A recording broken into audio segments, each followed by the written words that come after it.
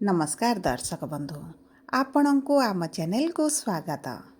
आजिर भिडियोटी समस्त वृष राशि व्यक्ति विशेषज्ञ पई बहुत अधिक गुरुत्वपूर्ण रही।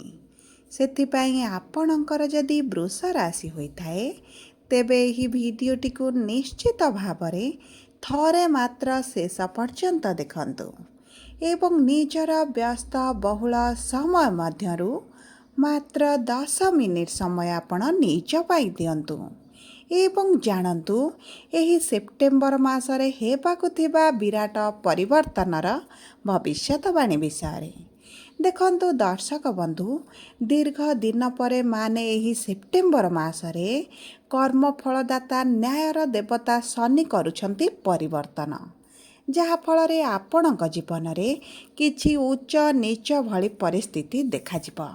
ता सहित देखंतु एही सेप्टेम्बर मास 15 तारिख दिन गोटिए दिन रे 3टी ग्रह एकत्र करुछंती परिवर्तन जहा हेउची एक महापरिवर्तन। सेप्टेम्बर 15 तारिख दिन प्रथमे बुध करिवे राशि परिवर्तन, तापरे शुक्र करिवे राशि परिवर्तन एवं सेही दिन पुनर्बार मंगल करुछंती राशि परिवर्तन। तेणुकरी आपणक जीवन रे एही सेप्टेम्बर मास 1 तारिख परठारु एही तारिख गुड़िकरे निश्चित भावरे बड़ घटना गुड़िक घटिपारे। सेथिपाई आपण आम सह भिडियोरा शेष पर्यंत जोड़ी होई रुहंतु एवं जानतु एही तारिख गुड़िकरे आपणक जीवन रे शुभ परिवर्तन हेबो ना अशुभ परिवर्तन हेबो ता सहित जानतु आपणकर केउ क्षेत्रटी प्रभावित हेबाकु जाउछि। आपणकर स्वास्थ्य ना शिक्षा ना प्रेम संपर्क ना वैवाहिक जीवन ना पारिवारिक संपर्क ना क्यारियर ना आपणकर व्यापार वाणिज्य ता सहित जानी रखंतु आपणक राशिर स्वामी शुक्र मध्य एही सेप्टेम्बर मासरे राशि परिवर्तन करुछंती। तेणुकरी यह आपणक जीवन रे निश्चित भाव प्रभाव पकाइब। तेबे भिडियोटी को शेष पर्यंत देखिले जानी परिबे जे केउ क्षेत्र गुडी को आपणको विशेष भाव रे सतर्क रहिबाकु पड़िबो। ता सहित भिडियोर शेष भागरे जानिबे अशुभत्व को दूर करिबा पई किछि विशेष प्रतिकार जहाँ आपणक जीवनर अशुभत्व को दूर करी शुभाशुभ फल को वृद्धि करिबो। चलंतु एबे विलंब न करी कार्यक्रमटी को आगको बढ़ाइबा। किंतु भिडियोटी आरंभ करिबा पूर्वरु आपणकर भी जदि वृष राशि होइथाए एवं आपण भी ईश्वर को आंतरिक भक्ति एवं विश्वास करंती तेबे भिडियोटी को लाइक करंतु एवं कमेंट बॉक्स रे जय जगन्नाथ जय माँ लक्ष्मी अवश्य लिखि दियंतु। ता सहित आपणक मनरे जहाँ भी प्रश्न रहिछि जहाँ भी द्वंद्व रहिछि आपण कमेंट बॉक्स रे लिखि जणांतु। आमे आपणक प्रश्नर उत्तर देबा पई यथा संभव प्रयास करिबु। देखंतु विलंब हेले मध्य आपणक प्रश्नर आमे निश्चित उत्तर देबु।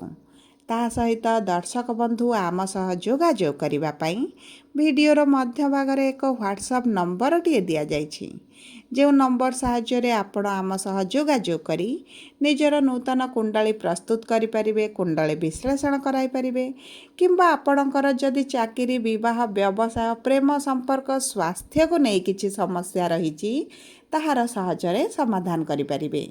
सेथिपाई आपण आम सह जोड़ी होई रुहंतु एवं व्हाट्सएप नंबर माध्यम रे आम सह जोगाजोग करंतु।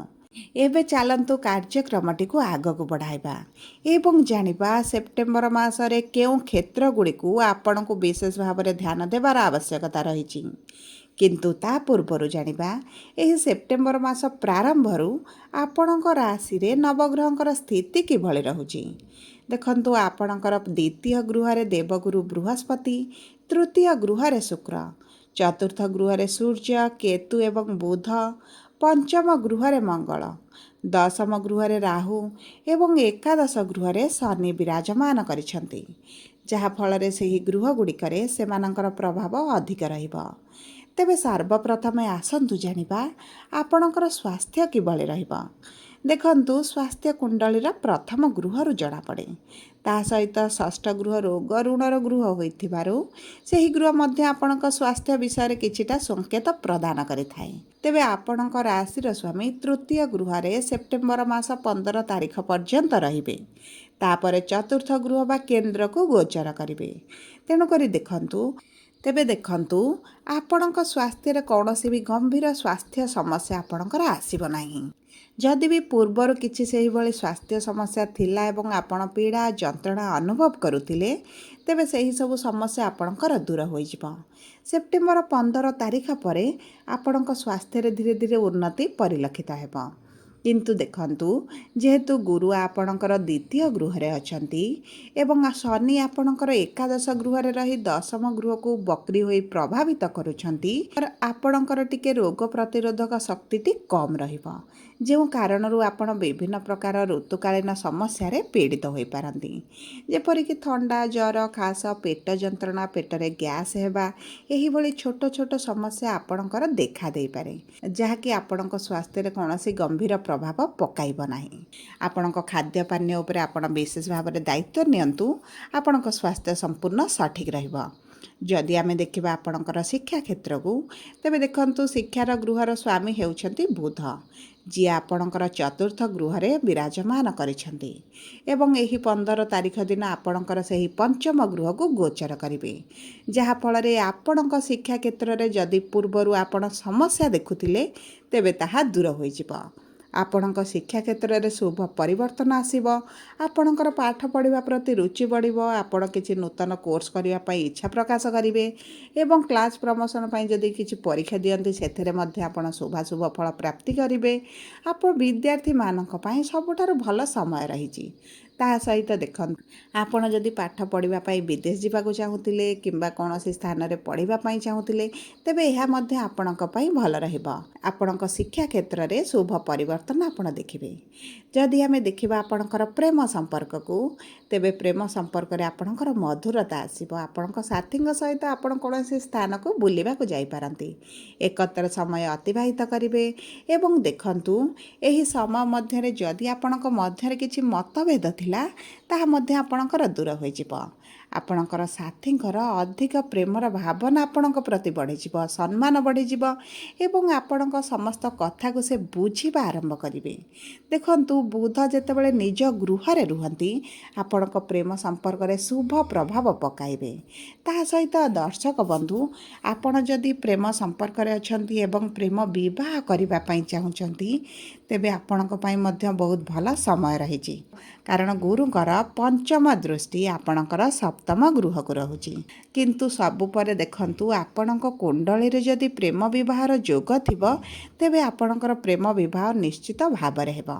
ଯଦି ଆପଣଙ୍କ କୁଣ୍ଡଳୀରେ ପ୍ରେମ ବିବାହର ଯୋଗ ନାହିଁ, ତେବେ ଆପଣଙ୍କ ପ୍ରେମ ସମ୍ପର୍କ ମଧୁର ଥିବା ସତ୍ତ୍ୱେ ମଧ୍ୟ ବିବାହରେ ଅର୍ଚ୍ଚନା ଆସିବ ଏବଂ ବ୍ରେକଅପ୍ ଭଳି ପରିସ୍ଥିତି ମଧ୍ୟ ଆପଣ ସମ୍ମୁଖୀନ ହୋଇପାରନ୍ତି। ସେଥିପାଇଁ କୁଣ୍ଡଳୀ ବିଶ୍ଳେଷଣ କରାନ୍ତୁ ଏବଂ ଜାଣନ୍ତୁ ଆପଣଙ୍କ କୁଣ୍ଡଳୀରେ ପ୍ରେମ ବିବାହର ଯୋଗ ଅଛି ବା ନାହିଁ ବୋଲି। ଯଦି ଆମେ ଦେଖିବା ଆପଣଙ୍କର ବିବାହର ଯୋଗକୁ, ତେବେ ଦେଖନ୍ତୁ, ବିବାହର ଯୋଗ ଆପଣଙ୍କର ବହୁତ ଭଲ ରହିବ। କାରଣ ମଙ୍ଗଳ ଆପଣଙ୍କର ଷଷ୍ଠ ଗୃହକୁ ଆସିବେ, ଆପଣଙ୍କ ରାଶିର ସ୍ୱାମୀ କେନ୍ଦ୍ରକୁ ଆସୁଛନ୍ତି, ଗୁରୁଙ୍କର ମଧ୍ୟ ଦୃଷ୍ଟି ରହୁଛି, ଯାହାଫଳରେ ଆପଣଙ୍କ ବିବାହ ପାଇଁ ମଧ୍ୟ ଭଲ ଯୋଗ ସୃଷ୍ଟି ହେଉଛି। ଏହି ସେପ୍ଟେମ୍ବର ମାସ 15 ତାରିଖ ପରଠାରୁ ବିବାହ ପାଇଁ ଭଲ ପ୍ରସ୍ତାବ ଆସିବା ଆରମ୍ଭ ହୋଇଯିବ।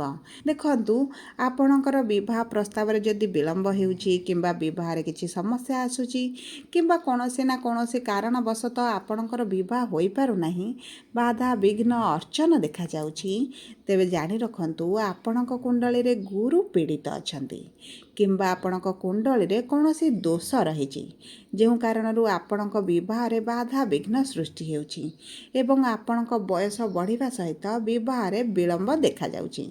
ତେଣୁକରି ଦର୍ଶକ ବନ୍ଧୁ ଆପଣ ଗୁରୁଙ୍କର କିଛିଟା ସହଜ ଉପାୟ କରି ଆପଣ ଗୁରୁଙ୍କଠାରୁ ଶୁଭାଶୁଭ ଫଳ ପ୍ରାପ୍ତି କରିପାରିବେ। ଗୋଚର ଅନୁସାରେ ବିବାହ ପାଇଁ ଭଲ ସମୟ ରହିଛି। କେବଳ ଆପଣଙ୍କ କୁଣ୍ଡଳୀ ସାଥ ଦେଲେ ବିବାହ ନିଶ୍ଚିତ ଭାବରେ ହେବ। ଯଦି ଆମେ ଦେଖିବା ଆପଣଙ୍କ ବୈବାହିକ ସମ୍ପର୍କକୁ, ତେବେ ବୈବାହିକ ସମ୍ପର୍କ ଆପଣଙ୍କର ଭଲ ରହିବ, କିନ୍ତୁ ଆପଣଙ୍କ ସାଥୀଙ୍କ ସ୍ୱାସ୍ଥ୍ୟରେ ଟିକେ ସମସ୍ୟା ଦେଖାଦେଇପାରେ। ସେଥିପ୍ରତି ଆପଣଙ୍କୁ ସଚେତନ ରହିବାକୁ ପଡ଼ିବ। ଯଦି ଆପଣଙ୍କ ସାଥୀଙ୍କର କିଛି ସ୍ୱାସ୍ଥ୍ୟଗତ ସମସ୍ୟା ଥିଲା ତାହା ଟିକେ ବଢ଼ିପାରେ। ବିଶେଷ ଭାବରେ ସାଥୀଙ୍କର BP, ଡାଇବେଟିସ୍, କୋଲେଷ୍ଟ୍ରଲ୍ ଏହିସବୁ ସମସ୍ୟା ସାଥୀଙ୍କର ଦେଖାଦେଇପାରେ। ସେଥିପ୍ରତି ମଧ୍ୟ ଆପଣଙ୍କୁ ଟିକେ ସଚେତନ ରହିବାକୁ ପଡ଼ିବ। ନଚେତ ମୋଟାମୋଟି ଭାବେ ଦେଖିଲେ ଆପଣଙ୍କର ସାଥୀଙ୍କର ଆପଣଙ୍କ ପ୍ରତି ପ୍ରେମର ଭାବନା ବୃଦ୍ଧି ପାଇବ। ଆପଣଙ୍କୁ କୌଣସି ସ୍ଥାନକୁ ବୁଲାଇବାକୁ ନେଇପାରନ୍ତି, ଆପଣଙ୍କୁ ମନୋରଞ୍ଜନ କାର୍ଯ୍ୟକ୍ରମରେ ଯୋଗ ଦେଇପାରନ୍ତି। ଏବଂ ଦେଖନ୍ତୁ, ଆପଣଙ୍କ ସମ୍ପର୍କରେ ଯଦି ପୂର୍ବରୁ ସମସ୍ୟା ଥିଲା ତାହା ଆପଣଙ୍କର ଦୂର ହୋଇଯିବ। କାରଣ କେତୁ ଯେହେତୁ ଆପଣଙ୍କ ଚତୁର୍ଥ ଗୃହରେ ଅଛନ୍ତି, ଆପଣଙ୍କ ସାଂସାରିକ ଜୀବନରେ ଭୋଗ ବିଳାସରେ ଆପଣ କିଛିଟା ସମସ୍ୟା ଦେଖୁଥିବେ, କିଛିଟା ଅସନ୍ତୋଷ ରହିଲା ଭଳି ଅନୁଭବ କରୁଥିବେ। କିନ୍ତୁ ଦେଖନ୍ତୁ, ଏହା ଆପଣଙ୍କ ବୈବାହିକ ସମ୍ପର୍କକୁ ଏତେଟା ପ୍ରଭାବିତ କରିବ ନାହିଁ। କାରଣ ଆପଣଙ୍କର ସାଥୀଙ୍କର ଆପଣଙ୍କ ପ୍ରତି ବହୁତ ଭଲ ପାଇବା, ସମ୍ମାନ ଆପଣଙ୍କ ମନରେ ଏଭଳି କୌଣସି ନକାରାତ୍ମକ ଚିନ୍ତାଧାରାକୁ ଆଣିବ ନାହିଁ। ତେଣୁକରି ଦେଖନ୍ତୁ, ବୈବାହିକ ସମ୍ପର୍କ ପାଇଁ ବହୁତ ଭଲ ରହିଛି। ଯଦି ଆମେ ଦେଖିବା ଆପଣଙ୍କର କର୍ମକ୍ଷେତ୍ରକୁ, ତେବେ କର୍ମର ଗୃହରେ ରାହୁ ବିରାଜମାନ ହୋଇଛନ୍ତି ଏବଂ କର୍ମର କାରକ ଗ୍ରହ ଆପଣଙ୍କର ଏକାଦଶ ଗୃହରେ ବିରାଜମାନ ହୋଇଛନ୍ତି। ତେଣୁକରି ଆପଣଙ୍କ କର୍ମକ୍ଷେତ୍ରରେ ଆପଣ ଚାଲାକ, ଚତୁର, ବୁଦ୍ଧିମାନ ହେବେ। ବହୁତ ସହଜ ଉପାୟରେ ଆପଣ କର୍ମକ୍ଷେତ୍ରରେ ପରିବର୍ତ୍ତନ କରିବେ। ଆପଣଙ୍କ କର୍ମକ୍ଷେତ୍ରରେ କର୍ମ କରିବାର ଶୈଳୀକୁ, ଆପଣଙ୍କ କାର୍ଯ୍ୟ କରିବାର ଦକ୍ଷତାକୁ ଆପଣଙ୍କର ପ୍ରଶଂସିତ ମଧ୍ୟ କରାଯାଇପାରେ।